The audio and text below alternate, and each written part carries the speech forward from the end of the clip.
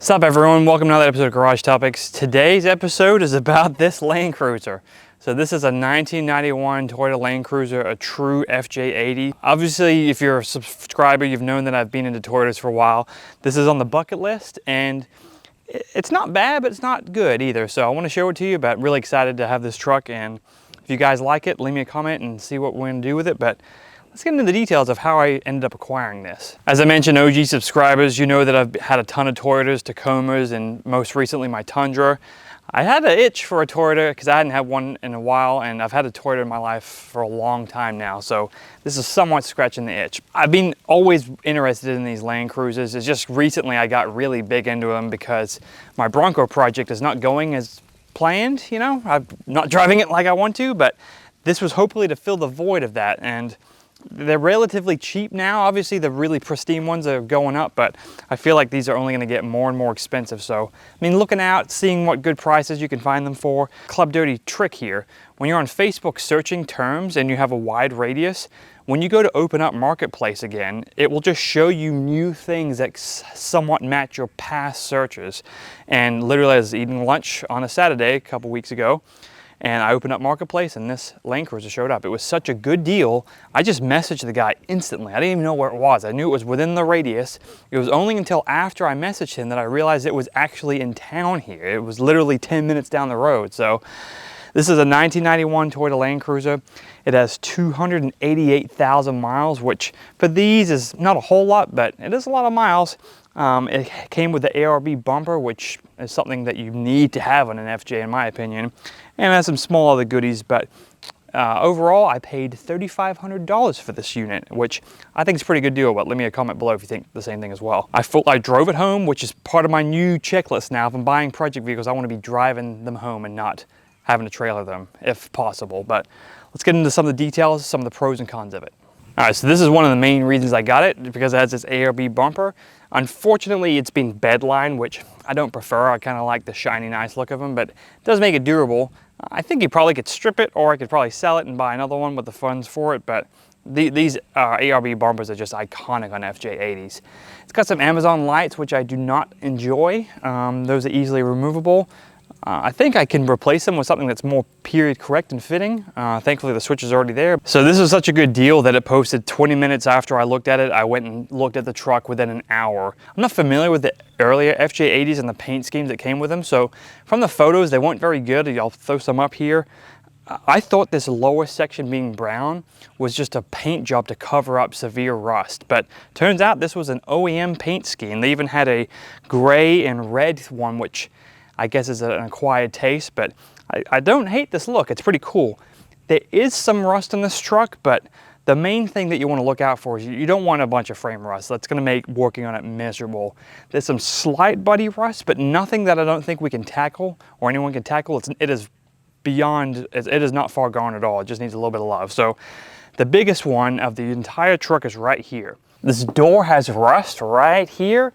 This is the only door that has rust. So like the easy solution would be to just buy a new door and maybe paint match it.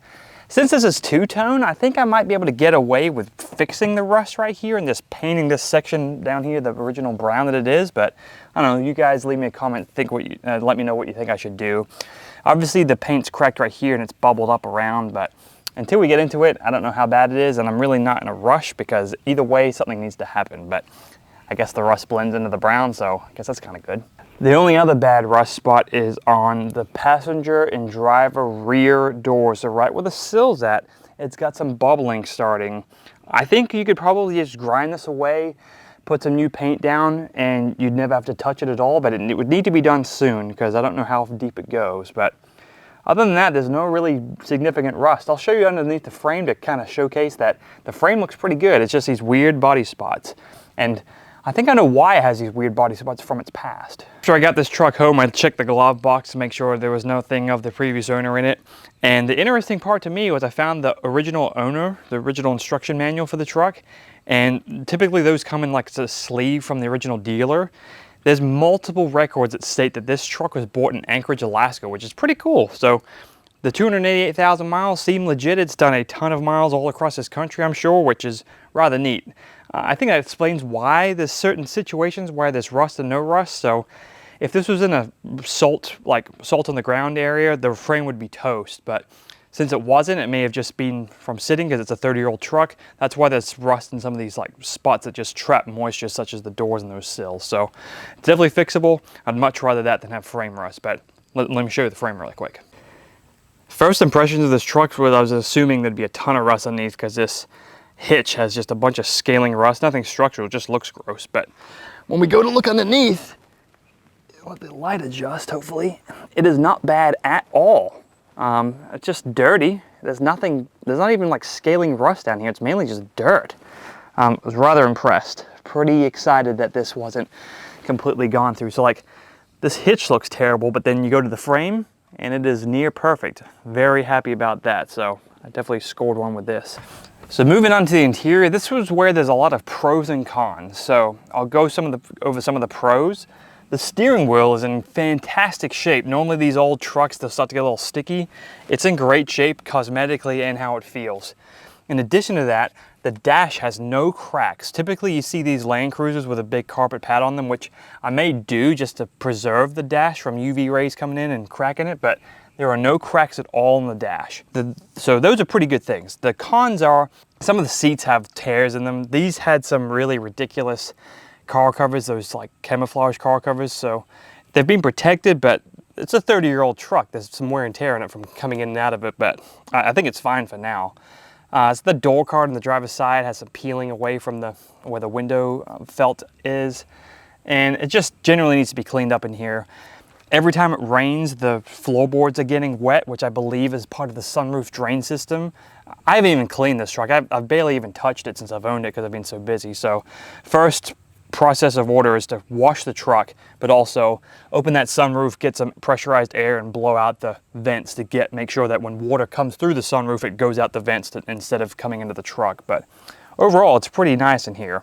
So I've just covered some of the good and bad things about this truck. There are a couple of other things that need to be addressed to make this truck back to its former glory days. I'll go over them now. So I showed you the engine bay, but the hood struts are blown. So I have to use a vice grip to hold it up. There's nothing to see in there, but that leads me to my next point. This thing leaks oil from every single orifice. Some of the gaskets need to be replaced, but that's my final point. I want to talk about the engine later, but yeah, it just pukes oil everywhere. In addition to that, there's an exhaust leak. It's right where the catalytic converters are coming down, so hopefully I can just weld it up, but I haven't taken off the cover yet to see how nasty it is. It runs and drives fine. There's no check engine lights. It's just, those are some issues mechanically.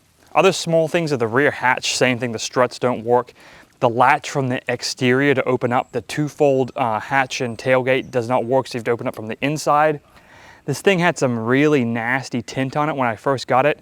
I spent a considerable amount of time removing the tints from the rear windows, but the entire back section needs to be done as well. It's incredibly tedious and rough, so I may outsource that because I ain't got time for that. And like I mentioned, this thing just needs a general cleaning, so I'm gonna get to this after this video, just spraying it off. I may bring you guys with me, but once we clean it off, it should look pretty good. There's some slight clear coat peeling in some places, but again, it's a 30-year-old truck, so I really can't judge it that much. All right, so what are the plans for this truck? So I bought it to fill the void of the Bronco that I'm working on. You can go check out those other videos. That Bronco needs a lot of work. It's gonna be a while before I get that thing back on the road. There's been some recent developments, which is gonna be an upcoming video that may actually speed that process up, but anyway, this was to take it on trails around here. There's a ton of off-road trails around here in Kentucky, Nashville, Tennessee area. It was just to go out and have fun and explore. The sweet spot about these earlier trucks is they have a 3FE engine in them, which is rather not powerful at all. And so the cost of this versus a newer one, these are like half the price of the newer ones. The sweet spot about this is these engines are very easily replaceable with other engines. So the thought was to do an engine swap. Probably an LS because that makes a whole lot of sense. And I think that doesn't hurt the value of these that much. Ideally, you'd stick with a Toyota engine, but that's a nightmare to do in these. Just make it an off-road fun rig that can take the family in and go on off-road trails, but I'm running into a dilemma of I've got more ambitions than time, so let me know in the comments what you think about that plan. Worst case, I could just sit on it for a little while and build it up later because I got such a good deal in it, or I could move on from it and at a later time buy another one and maybe have a cleaner start to one, like a better paint, better condition one. But this one really isn't that bad to begin with. So I don't know, drop a comment, let me know what you think about my plans, and am I crazy? I don't know. So that's all I've got for today. We could take it on a test drive, but I've been so busy that I haven't even registered this thing yet. So our neighborhood's kind of big. There's a mailbox at the start of it, so I drive it to and from there every now and then, but it drives fine. I just haven't got around to registering it because life is busy right now. So that's kind of weighing on me as well. But drop a comment what you think I should do with this. If you think my plans are sound or if you think I'm crazy and just focus on more things, drop a comment below. But either way, I'm super stoked to have this thing. I feel like one of these is going to be in my life. I think they're a really cool truck. The size of them is awesome. They look awesome. And I think they're going to be desirable for a long time and continue to go up in value. So let me know what you think. That's all I got for today. Make sure to subscribe if you like this, if you like any off-road content. Most of my stuff's off-road now, but got some Fords, got some Toyotas, got some cool stuff. Let me know what you think. Catch you guys later. Peace out.